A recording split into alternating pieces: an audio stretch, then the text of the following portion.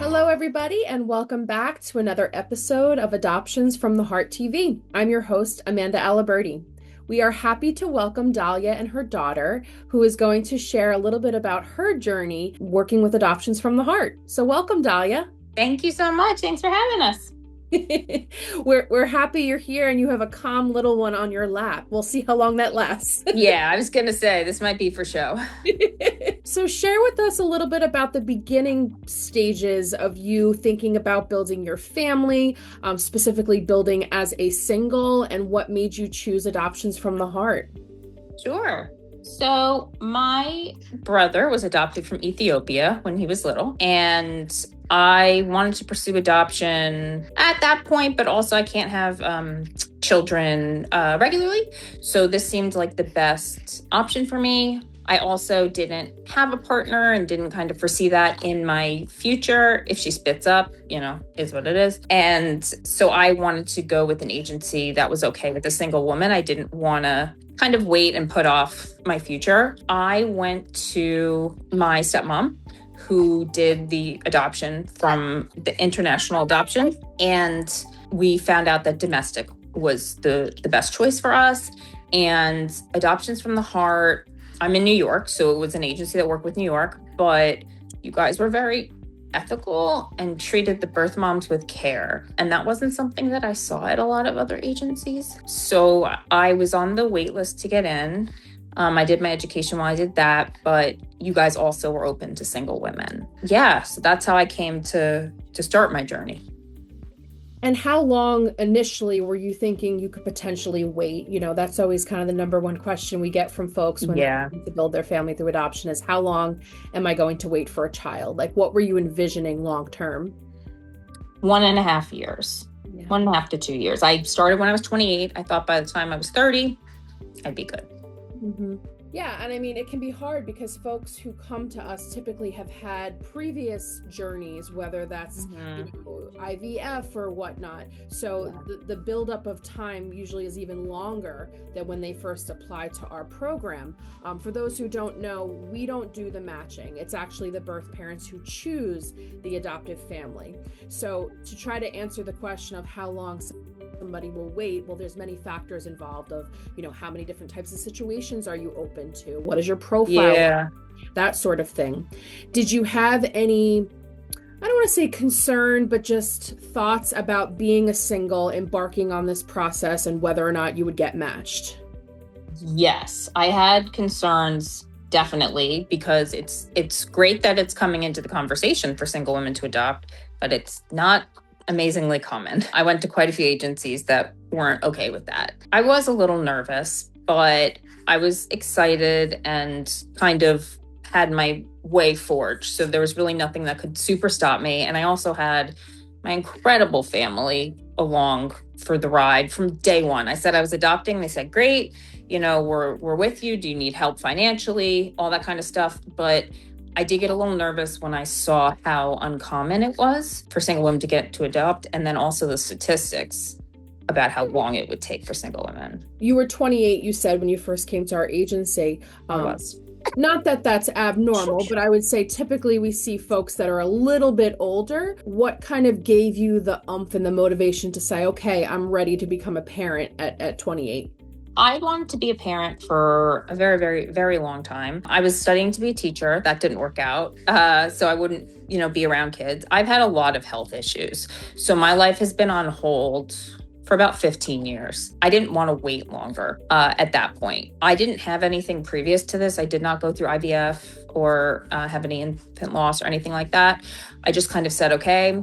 It was really a model of my stepmom, my dad. She announced, she's like, I want to adopt a baby from Africa. She is African, South African, and she just did it. I just made the decision and said, I want to do that. Once the health complications came into effect, there didn't really seem any other way forward. So it was more me being like, my life has been on hold for way too long. So I'm just going and I'm starting young, and it was good because I waited longer than I thought. Yeah. And I mean, obviously you have to do what's right for you as a family. And when you feel like it's the right time, you should jump on it. And it sounds like you had everything squared away and you were Yeah. ready and prepared and you moved forward. It's interesting because a lot of our birth parents, when they learn that we are a non-discriminatory agency and we have all kinds of families, right? So we have heterosexual couples, same-sex couples, single women, single men. They're very intrigued by that because it shows the inclusiveness that we hold as a value here at the agency, because people choose to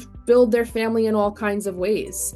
And ironically, we have more singles than ever right now at Adoptions from the Heart. So we don't even really like second guess it at all. If you're right and ready to become a parent, we want to support you in that journey.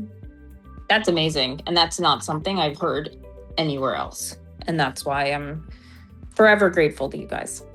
Yeah, well, and I think the definition of family has also changed, right? We're in 2026 and people are building their families, as I said, in different ways and at different times. And you don't necessarily need a partner to become the parent you want to be. And it sounds like you have a village of support behind you to kind of give you that oomph of like, I can do this, especially at 28.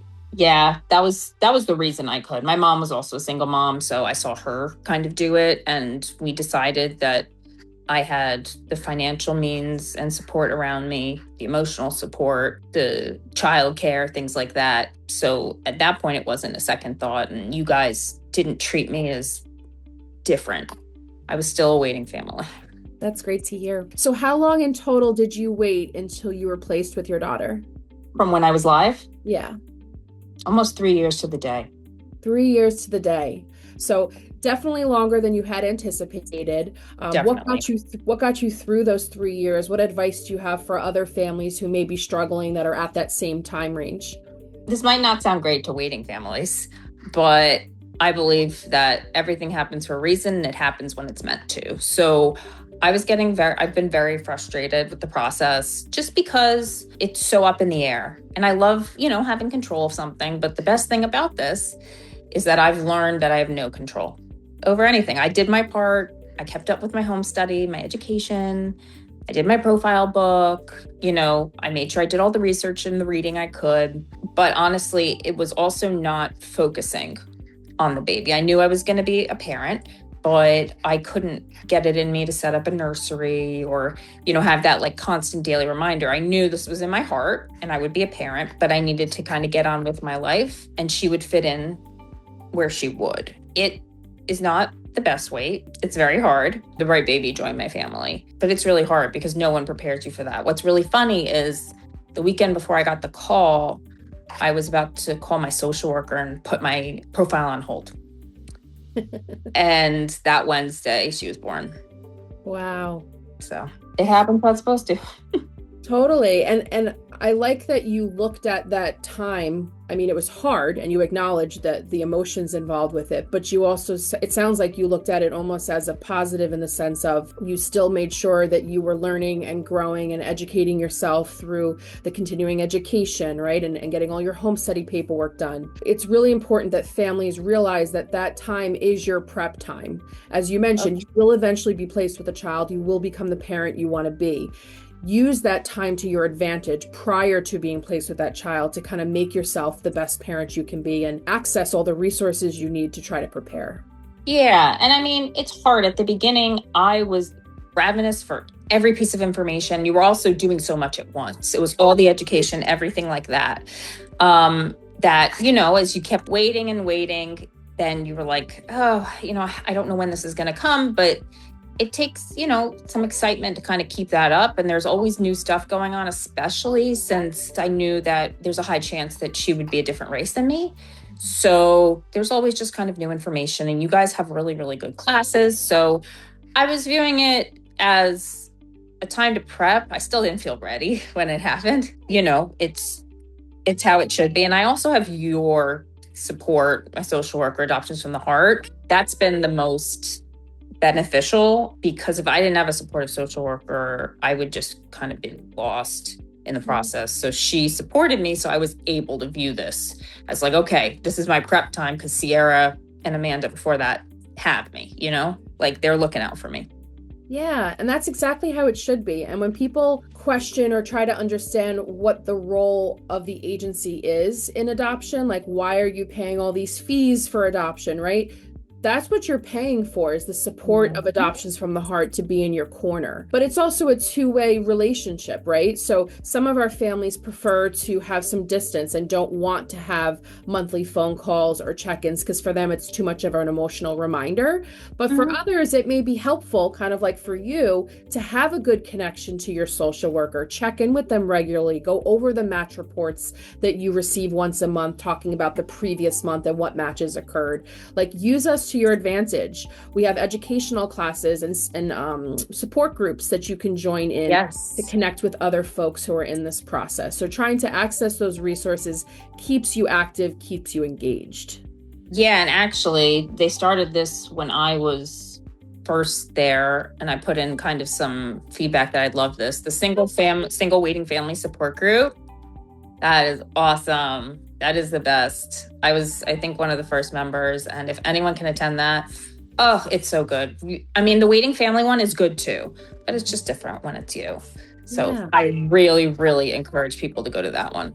That's great feedback. Yeah, and that started because of families asking for it. So we're always trying to revise our programs and services to support our clients. So we had families reach out that said, hey, we want a space just for singles, because it is a little different as a single parent.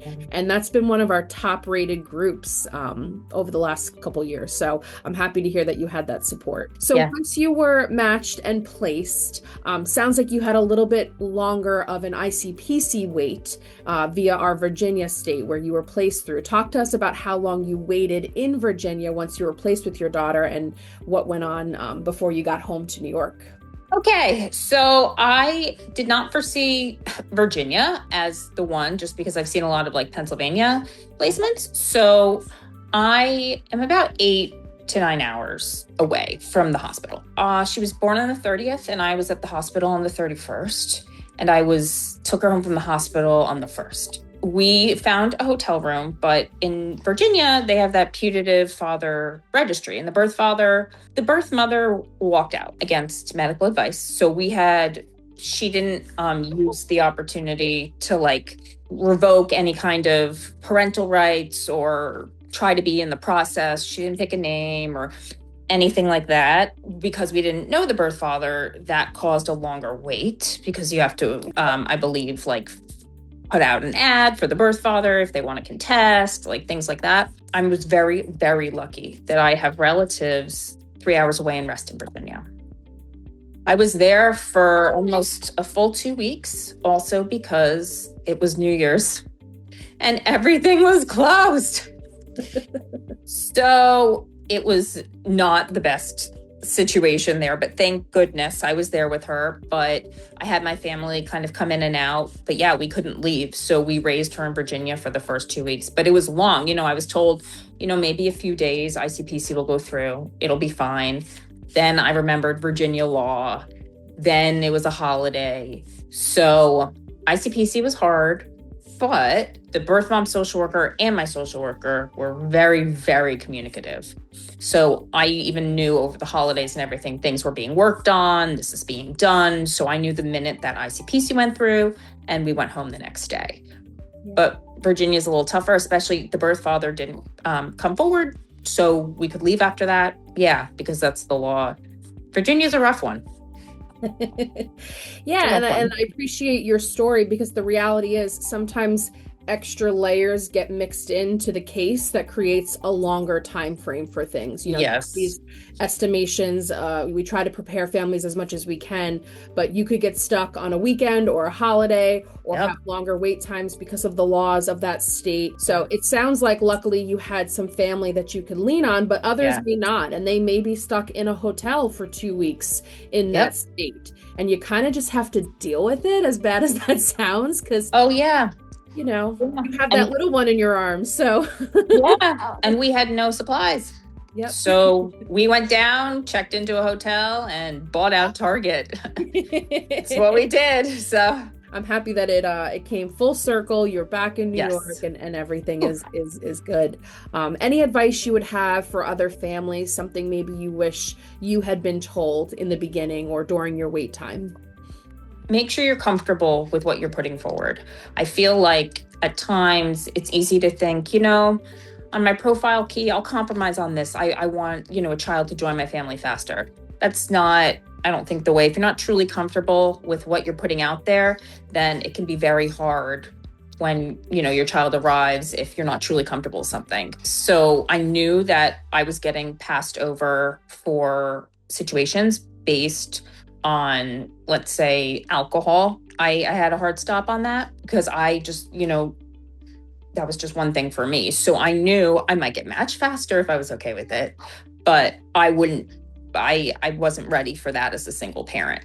So I would say do what you're comfortable with. And then also the weight, you need to let control. You will have no control over any of it. The match, I had no control. It's like, just let it go. Everything I thought that I had planned, everything that I had at work, like I had a plan, you just kind of throw it all out, which can sound bad, but it's very exciting. But I would say, yeah, be comfortable with what you're putting forward and make sure that you're just kind of not enjoying, but making use of the time you have. I mean, it's just like, it's gonna happen how it is. And also, number 3, take advantage of the agency support and the agency's classes, because that was really helpful for me. So definitely look into that. Well, we appreciate you sharing your story, Dahlia. It's been a pleasure to get to know you, and I know that your experience is going to help others who may be struggling or just trying to figure out if this is the right path for them, specifically as a single. We wish you lots of love and happiness to you and your daughter. And so thank you so much. Thank you for having us. I appreciate it. Thank you guys so much for tuning in, and we'll see you at future episodes here at Adoptions from the Heart. Hey guys, if you are enjoying the content here at AFTHtv, please subscribe and hit the bell.